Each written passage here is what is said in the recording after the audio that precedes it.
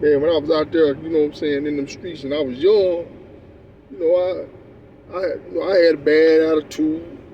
I just wasn't just going for anything. I guess I was just being a man. And when the age started, coming around, you know what I'm saying, trying to throw his weight around, I really wasn't feeling that. You know what I'm saying? Because I ain't used to getting Debo. You know what I'm saying? So I had a problem with his Debo attitude. So I stirred it up. So he wasn't feeling me stirring up, and I wasn't feeling the Debo. You know what I'm saying? So we clashed. You know what I'm saying? I said, I'm gonna respect you, but you gonna respect me too. And if you don't respect me, then I'm gonna get disrespectful. If you get disrespectful, I'm gonna get disrespectful. And that's what happened between us. You know what I'm saying? He disrespected me before we even made it to the courtroom. You know what I'm saying? And it wasn't nothing I really could do about it. He took money from me, just a whole bunch of things that he did that was disrespectful. And I really couldn't do nothing about it. So when we got to the courthouse and I seen him cooning around, because that's the way I looked at it at the time. I looked at it as some cool shit. You know what I'm saying? But, as I got older, I realized the man was doing his job. But when I was young, I was looking at it as some cool shit. So when I caught him out there in the hall with the white prosecutor, the only thing I could think of to get some get back on him was to call him Uncle Tom in front of the white woman. So I called him Uncle Tom in front of the white woman.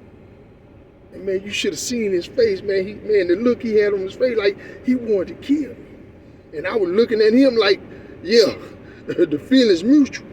That's just how I felt at the time. But now that I'm older, I'm like, man, I shouldn't have did that. You know what I'm saying?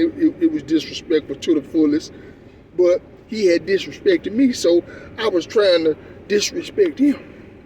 But at the same time, once the stuff was all over with, and he went around the city and he was showing me love and respect, you know what I'm saying?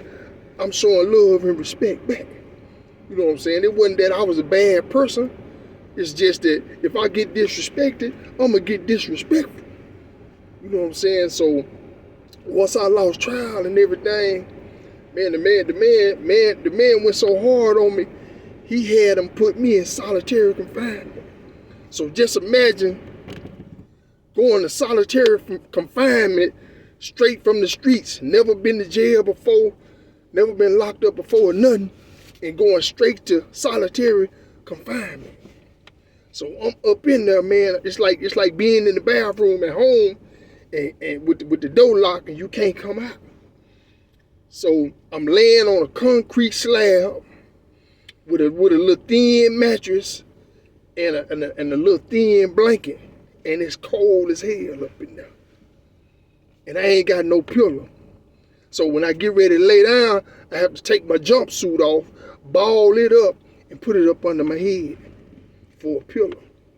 Man, I went through hell, man. They tried to drive me crazy, man.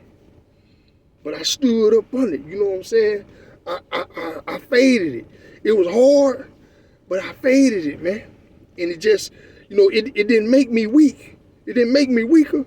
It only made me stronger.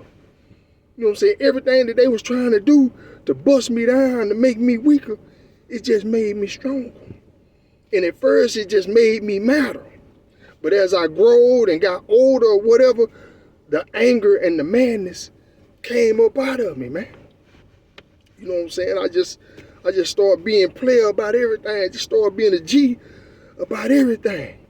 You know what I'm saying? Because I knew it was going to come a day where I was going to have to, you know what I'm saying, be an example, you know what I'm saying, for people up under me, for others. You know what I'm saying? Sometimes you got to sacrifice, you know what I'm saying, for others. And I just looked at it like I was a sacrifice, man. So I faded it, man. I you know what I'm saying? I did what I felt like I was supposed to do. I did what I feel like, a real nigga from the streets supposed to do. Nah, I wasn't trying to impress nobody. You know, nigga, look at all nigga trying to impress a nigga.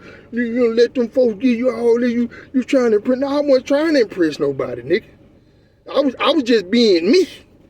You know what I'm saying? I was being how I was raised. You know what I'm saying? I was being how I seen my people be. You know what I'm saying? It wasn't about nobody else. It wasn't about being stupid. It wasn't about trying to impress nobody. No, it was about being who I really am. You know what I'm saying? And that's all it is, man. You know, boy, I got to realize, man, if this how you is, this just how you is. And I understand on them other boys' end. That's how they is. That's just how they is. I ain't tripping on that.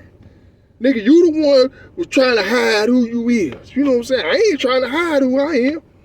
You know what I'm saying? Niggas be getting mad about, you know, you saying certain shit and doing certain shit, nigga. You supposed to be proud of who you is, nigga. Nigga, if you ain't proud of who you is, don't do the bullshit, nigga. Cause nigga, I'm proud of who I am. I'm proud of what I did and how I handled the situation. You know what I'm saying? If you're not proud of how you got down on some shit, nigga, that's on you, nigga. You know what I'm saying? You did what you wanted to do, and you got to live with how you got to live with it, nigga. I had to live with doing that 20. You know what I'm saying? I had to live with going to the feds, going all over the world, you know, spending time in solitary confinement, spending time in the hole, and going to the East Coast, going to the West Coast, not seeing my people, not seeing my kids. I had to go through all that shit, nigga. You know what I'm saying? Not knowing that if I'm gonna ever get up out of there, I had to go through all that, man. While everybody out here, they skinning and grinning, they laughing, they having a good time. Nigga, I'm in the cell. You know what I'm saying? Not knowing, but hoping. You know what I'm saying? And now my day done came, nigga. Now, nigga, you know what I'm saying? Boy, they really don't want to see me, you know what I'm saying? Because they don't know what I'm going to say. You know what I'm saying? I'm just going to say the real, nigga. That's just what it is, you know? I ain't talking down on nobody. I'm just going to say the real. Whatever's in my heart, nigga, I'm going to say it, nigga. Because I feel like I can help somebody that want to be helped and that need help. You know what I'm saying? That's what it's all about, man.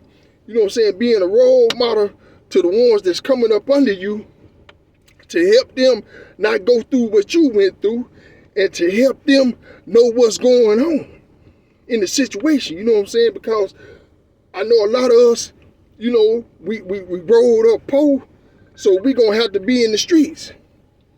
You know what I'm saying? We're going to have to be in the streets.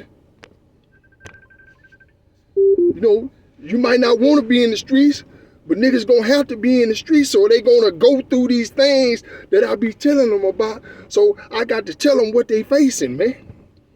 You know what I'm saying? Some gonna make it through and some ain't.